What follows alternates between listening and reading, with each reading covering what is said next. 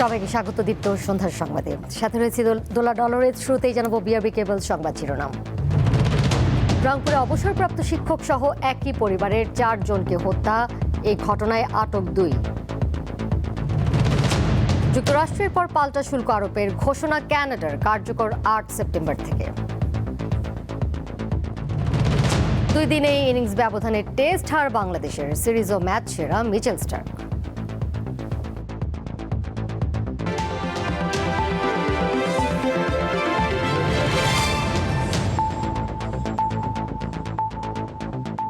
রংপুরের সাবেক স্কুল শিক্ষক সহ পরিবারের 4 জনকে হত্যার ঘটনায় 2 যুবককে গ্রেপ্তার করেছে পুলিশ।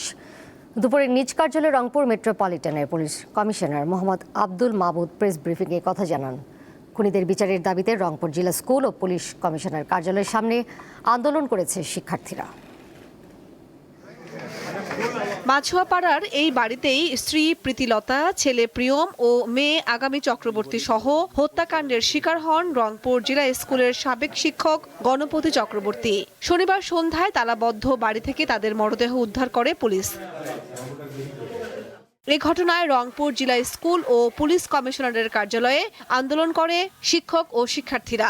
এ সময় দোষীদের শাস্তির দাবি জানান তারা। আমাদের কলিগ, পাশাপাশি আমাদের শিক্ষার্থী এবং আমাদের সন্তান তুল্য, আমরা জেলা স্কুলের পরিবারের পক্ষ থেকে এই বিষয়টির সুষ্ঠু তদন্তের আবেদন জানাচ্ছি। নৃশংসভাবে কিভাবে একটা পরিবারকে এইভাবে শেষ করে দেয়, প্রশাসন কি চুপচাপ? তাকে আইনের আওতায় এনে দৃষ্টান্তভাবে তার বিচার করা হোক। রবিবার বেলা 12টায় সংবাদ সম্মেলনে সে ঘটনার লোমহর্ষক বর্ণনা দেন রংপুর মেট্রোপলিটন পুলিশ কমিশনার। মামলা রুজু হয়েছে কোতোয়ালি থানার মামলা নম্বর 43 ধারা 302-34 দণ্ডবিধি।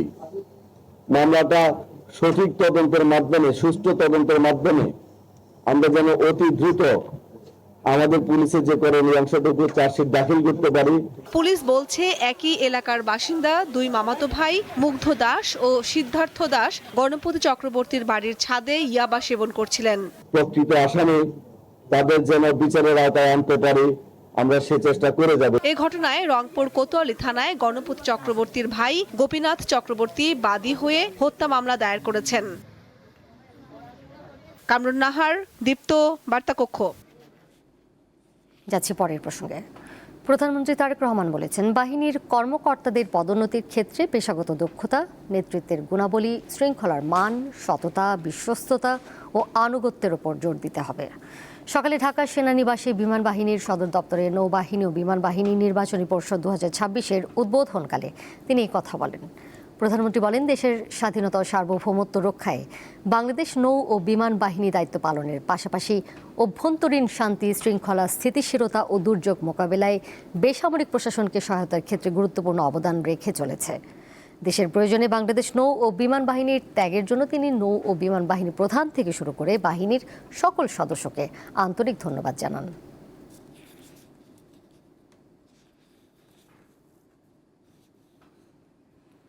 নতুন রাষ্ট্রপতি মির্জা ফখরুল ইসলাম আলমগীর বঙ্গভবনে আজ দাপ্তরিক কার্যক্রম শুরু করেছেন। বেলা 11টায় তিনি বঙ্গভবন পৌঁছান। এ সময় প্রধান ফটক 2-এ বাংলাদেশ পুলিশের একটি সুসজ্জিত অশ্বারোহী দল তাকে অভ্যর্থনা জানায়। পরে বাংলাদেশ সেনাবাহিনীর প্রেসিডেন্ট গার্ড রেজিমেন্ট PGR-এর একটি সুসজ্জিত চৌকস দল রাষ্ট্রপতিকে ক্রেডেনশিয়াল মাঠে গার্ড অফ অনার প্রদান করে। এরপর বঙ্গভবনের অক্টাগনালে রাষ্ট্রপতির সামরিক সচিব মেজর জেনারেল ASM বাহাউদ্দিন ও অন্যান্য কর্মকর্তা নতুন রাষ্ট্রপতিকে ফুল দিয়ে স্বাগত জানান।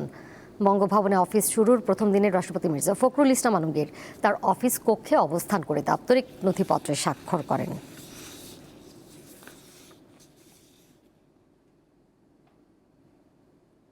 নতুন তথ্য ও সম্প্রচার মন্ত্রী আন্দালিব রহমান বলেছেন, সংবাদ মাধ্যম হচ্ছে গণতন্ত্রের অন্যতম স্তম্ভ। পূর্ববর্তী সরকারের সময়ে গণমাধ্যমের উপর যে নিয়ন্ত্রণ আরোপ করা হয়েছিল, সেই সংস্কৃতি থেকে বেরিয়ে এসে স্বাধীন ও উন্মুক্ত সাংবাদিকতার পরিবেশ নিশ্চিত করতে হবে। আজ সচিবালয়ে তথ্য সম্প্রচার মন্ত্রণালয়ের সভাকক্ষে প্রথম কর্মদিবসে পরিচিতি সভায় তিনি কথা বলেন। এর আগে মন্ত্রীকে ফুল দিয়ে বরণ করা হয়। জুলাই আন্দোলনের প্রেক্ষাপট তুলে ধরে আন্দালিব রহমান বলেন, সংবাদ মাধ্যমের অবদান খাটো করে দেখার কোনো সুযোগ নেই। জনগণের তথ্য জানার অধিকার রয়েছে এবং তা সঠিকভাবে তুলে ধরা সরকারের নৈতিক দায়িত্ব।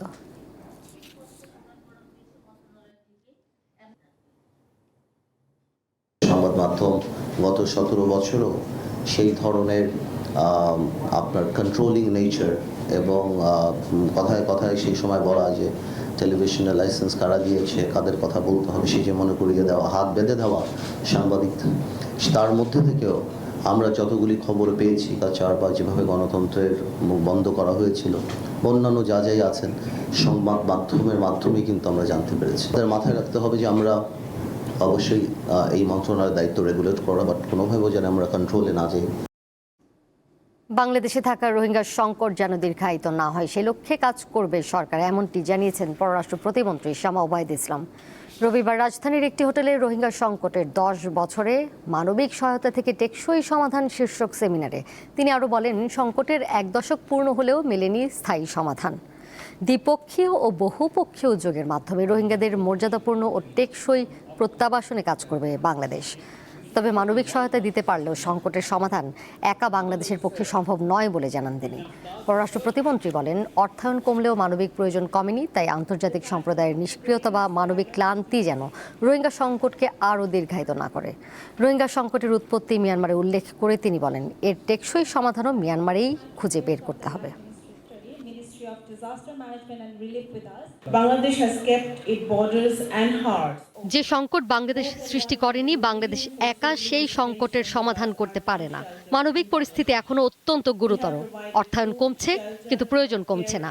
বিশ্বে অনেক সংকট রয়েছে, আমরা তা বুঝি, কিন্তু দীর্ঘস্থায়ী কোনো সংকট শুধু কম দৃশ্যমান হয়ে যাওয়ার কারণে কম জরুরি হয়ে যায় না। রোহিঙ্গা সংকটের উৎপত্তি মিয়ানমারে, আর এই টেকসই সমাধানও শেষ পর্যন্ত সেখানেই খুঁজে বের করতে হবে।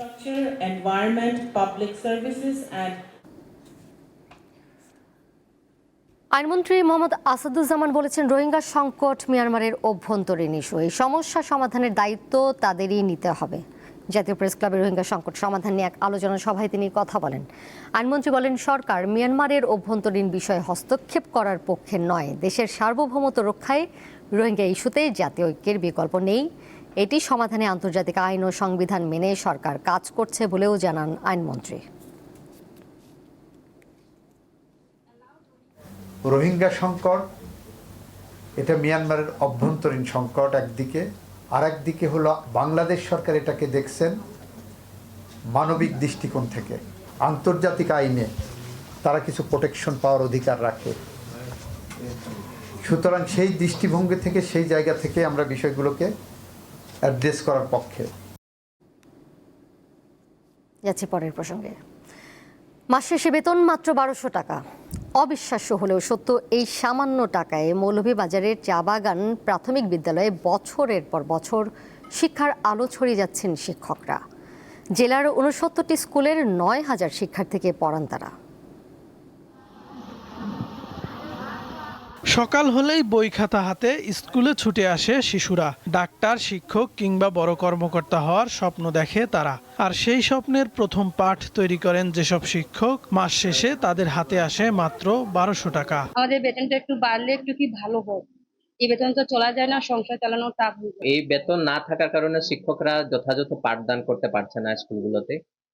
সরকারি নিয়ম অনুযায়ী বিকাল 4টা পর্যন্ত স্কুল চলার কথা থাকলেও এই স্কুলগুলোতে কিন্তু বিকাল 4টা পর্যন্ত পাঠদান করা হয় না, আমরাও পারি না। একীভূত হতো, সরকারি যে জাতীয়করণ হতো, তাহলে আমাদের অর্থনৈতিকভাবে আমরা আরো উপরের দিকে যেতে পারতাম। দ্রব্যমূল্যের ঊর্ধ্বগতির এই সময়ে 1200 টাকা দিয়ে সংসার চালানো যেখানে অসম্ভব, সেখানে বছরের পর বছর একই সম্মানিতে পাঠদান করছেন তারা। প্রতিদিন মাটিতে বসতে হয়, আমাদের মাটিতে বসতে খুব অসুবিধা হয়। আমরা চাই আমাদের বেঞ্চ টেবিল, আমাদের চেয়ার টেবিল দেওয়া হোক। স্কুলের স্যাররা খুব ভালো মতন পড়ায়। সরকারের অনুরোধ করছি আমাদের শিক্ষকদের বেতন বাড়ানোর জন্য। মৌলভীবাজার জেলায় মোট 69টি বেসরকারি চা বাগান প্রাথমিক বিদ্যালয় রয়েছে, যেগুলো বাগান কর্তৃপক্ষ নিয়ন্ত্রণ করে। সরকারিভাবে তাদের শুধু বই দেয়া হয়। সম্প্রতি সরকার চা বাগানের এলাকায় কিছু সংখ্যক বিদ্যালয় জাতীয়করণের উদ্যোগ গ্রহণ করেছেন। হয়তো খুব তাড়াতাড়ি আমরা এর সুফল দেখতে পাবো। টিচারদের সহযোগিতার জন্য আপনাদের যদি কোনো প্রস্তাব থাকে আমাদের কাছে সংশ্লিষ্ট চ্যানেলের মাধ্যমে পাঠাবেন। ইনশাআল্লাহ আমরা যত ধরনের সহযোগিতা করা সম্ভব আমাদের সীমাবদ্ধতার ভিতরে সব সহযোগিতা করার জন্য আমরা প্রস্তুত আছি। চা বাগানের এসব শিক্ষক চান না করুণা, চান শ্রমের ন্যায্য মূল্য ও সম্মানজনক বেতন। যারা প্রজন্মের পর প্রজন্মকে শিক্ষার আলো দেখাচ্ছেন, তাদের জীবনে আলো কবে পৌঁছাবে? কাউসার আহমেদ, দীপ্ত, বার্তাকক্ষ। আন্তর্জাতিক প্রসঙ্গ। ক্যানাডার পণ্যের উপর যুক্তরাষ্ট্র শতকরা 50% শুল্ক আরোপের জবাবে পাল্টা 50% শুল্ক আরোপের ঘোষণা দিয়েছে ক্যানাডা। 8 সেপ্টেম্বর থেকে নতুন শুল্ক কার্যকর হবে। স্থানীয় সময় শনিবার ক্যানাডার প্রধানমন্ত্রী মার্ক কার্নি এই ঘোষণা দিয়েছেন। সংবাদ সম্মেলনে কার্নি জানান, ক্যানাডাও যুক্তরাষ্ট্রের স্টিল, দুগ্ধজাত পণ্য, গৃহস্থালী সামগ্রী, কৃষিজ যন্ত্রপাতি, মন্ড ও কাগজ এবং ইলেকট্রনিক পণ্যের উপর যুক্তরাষ্ট্রের নতুন শুল্কের সমপরিমাণ পাল্টা শুল্ক আরোপ করবে। কার্নি জানান, আগামী কয়েকদিনের মধ্যে পাল্টা শুল্কের বিস্তারিত তথ্য প্রকাশ করা হবে। ওয়াশিংটন প্রায় $20 বিলিয়ন ক্যানাডীয় পণ্যে শতকরা 50% শুল্ক বসানোর পর এই সিদ্ধান্ত নিল অটোয়া। যুক্তরাষ্ট্রের অর্থনৈতিক নিষেধাজ্ঞায় যোগ দেওয়া যে কোনো রাষ্ট্রকে শত্রু হিসেবে গণ্য করে কঠোর প্রতিশোধ নেওয়ার হুঁশিয়ারি দিয়েছেন ইরানের নিরাপত্তা প্রধান মোহসেন রেজাই। স্থানীয় সময় শনিবার এই সতর্ক বার্তা দেন তিনি। মোহসেন রেজাই বলেন, যুক্তরাষ্ট্রের পদক্ষেপ থেকে প্রতিবেশীদের দূরে রাখতে প্রথম ধাপে আলোচনা এবং দ্বিতীয় ধাপে বন্ধুত্বপূর্ণ ভাষা ব্যবহার করা হবে। তাতেও কাজ না হলে তৃতীয় ধাপে শত্রু হিসেবে বিবেচনায় নিয়ে অবশ্যই কঠোর ব্যবস্থা নেবে ইরান।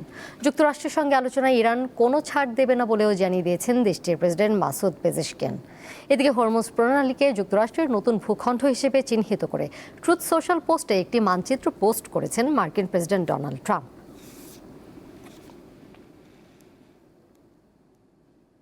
বঙ্গোপসাগরের ওড়িশা উপকূলে 24 জন নাবিক সহ পানামার পতাকাবাহী একটি জাহাজ ডুবে গেছে। তাদের মধ্যে চীন, মিয়ানমার এবং বাংলাদেশের নাগরিক রয়েছেন।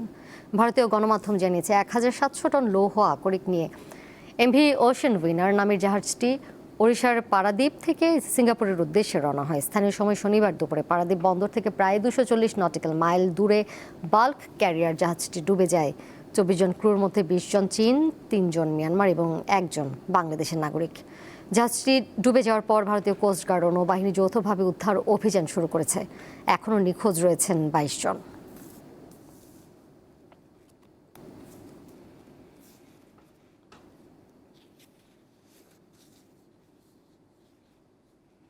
এবারে জানাবো খেলার খবর। ম্যাকাই টেস্টে অস্ট্রেলিয়ার কাছে ইনিংস 51 রানে হারল বাংলাদেশ। প্রথম ইনিংসে 64 রানের পর দ্বিতীয় ইনিংসে বাংলাদেশ অল আউট হয়েছে 95 রানে। দুই ইনিংসে মিলিয়েও তারা ছুঁতে পারেনি অস্ট্রেলিয়ার প্রথম ইনিংসের 210 রান। 10 উইকেট শিকার করে ম্যাচ সেরা হয়েছেন মিচেল স্টার্ক, সিরিজ সেরাও তিনি। প্রথম ইনিংসে 64 রানে অল আউট হওয়ার পর দ্বিতীয় ইনিংসেও হতাশ করলেন বাংলাদেশের ব্যাটাররা। 95 রানে গুটিয়ে যায় সবাই। এই প্রথম টেস্টের দুই ইনিংসেই 100-র নিচে অল আউট হলো বাংলাদেশ। ডাউন অফ দ্য উইকেটে এসে লং অফে ক্যাচ তুলে দিয়েছেন নাজমুল। তানজিদ আউট হলেন হুক করতে গিয়ে। লিটন 10 বল খেলেও রানের খাতা খুলতে পারেননি। এক প্রান্ত আগলে থাকা মুশফিক 80 বল খেলে 29 রানে অপরাজিত থাকেন। সকালে অজিদের 2 উইকেট তুলে নিতে প্রায় ঘণ্টাখানেক সময় লাগে টাইগারদের। এর মধ্যে প্রথম ইনিংসে স্বাগতিকরা এগিয়ে যায় 146 রানে। টসে জিতে অস্ট্রেলিয়া ব্যাটিংয়ে বেছে নেওয়ার পর স্বাগতিকদের চ্যালেঞ্জই জানাতে পারেনি অতিথিরা। 2 ইনিংসে হতাশার ব্যাটিংয়ের মাঝে ম্যাচে একমাত্র স্বস্তি শরীফুল ইসলামের দুর্দান্ত বোলিংয়ে 7 উইকেট শিকার। 1-1 সমতার সিরিজে শেষটা হতাশার হলেও ডারউইনের টাইগারদের জয় বাংলাদেশের ক্রিকেট ইতিহাসে স্মরণীয় হয়ে থাকবে। 23 বছর পর অস্ট্রেলিয়ার মাটিতে খেলতে নেমে তারা এই সাফল্য পেয়েছে। পারভেজ খোকন, দীপ্ত স্পোর্টস। টানা দ্বিতীয় আর মৌসুমের 14তম গোলটি করলেন লিওনেল মেসি। তবে ইন্টার মায়ামির দুঃসময়ে কাটল না। মেজর লিগ সকারে ক্যানাডার ক্লাব টরন্টো এফসির কাছে 2-1 গোলে হেরে সর্বশেষ 5 ম্যাচে চতুর্থবার হারের তেতো স্বাদ পেল মায়ামি। নিজেদের মাঠে টরন্টোর বিপক্ষে ম্যাচের 82 মিনিটে গোলটি করেন মেসি। ক্লাব ও জাতীয় দল মিলিয়ে চলতি বছর এটি মেসির 27তম গোল, ক্যারিয়ারের 923তম।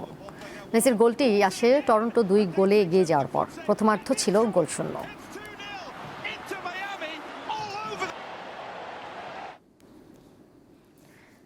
স্প্যানিশ ফুটবল লিগ লা লিগায় মৌসুমের প্রথম ম্যাচ জয় দিয়ে শুরু করেছে রিয়াল মাদ্রিদ। স্পানিয়লকে 2-1 গোলে হারিয়েছে তারা। প্রতিপক্ষের মাঠে শুরুতেই এগিয়ে যায় স্প্যানিশ জায়ান্টরা। খেলার 9 মিনিটে দলকে লিড এনে দেন বেলিংহাম। 30 মিনিটে অ্যালেক্স ক্যালাট্রাভা তোরাদো গোল করলে 1-1 সমতায় ফিরে স্পানিয়ল। খেলা করা ছিল ড্রয়ের দিকে। শেষ মুহূর্তে কার্লোস এসপি গোল করলে জয় নিশ্চিত হয় রিয়ালের। শেষ করব দীপ্ত সন্ধ্যার সংবাদ। যাবার আগে বিআরবি কেবলস সংবাদ শিরোনাম জানাবো আরও একবার। রংপুরে অবসরপ্রাপ্ত শিক্ষক সহ একই পরিবারের 4 জনকে হত্যা, এই ঘটনায় আটক 2। যুক্তরাষ্ট্রের পর পাল্টা শুল্ক আরোপের ঘোষণা কানাডার, কার্যকর 8 সেপ্টেম্বর থেকে। 2 দিনে ইনিংস ব্যবধানে টেস্ট হার বাংলাদেশের, সিরিজ ও ম্যাচ সেরা মিচেল স্টার্ক।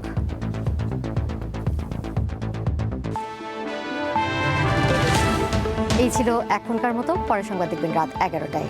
এছাড়াও আরও তথ্য এবং বিনোদনের নানা খবরাখবর জানতে যুক্ত থাকুন দীপ্ত ডিজিটাল প্ল্যাটফর্মে। সবাইকে ধন্যবাদ এতক্ষণ সাথে থাকার জন্য।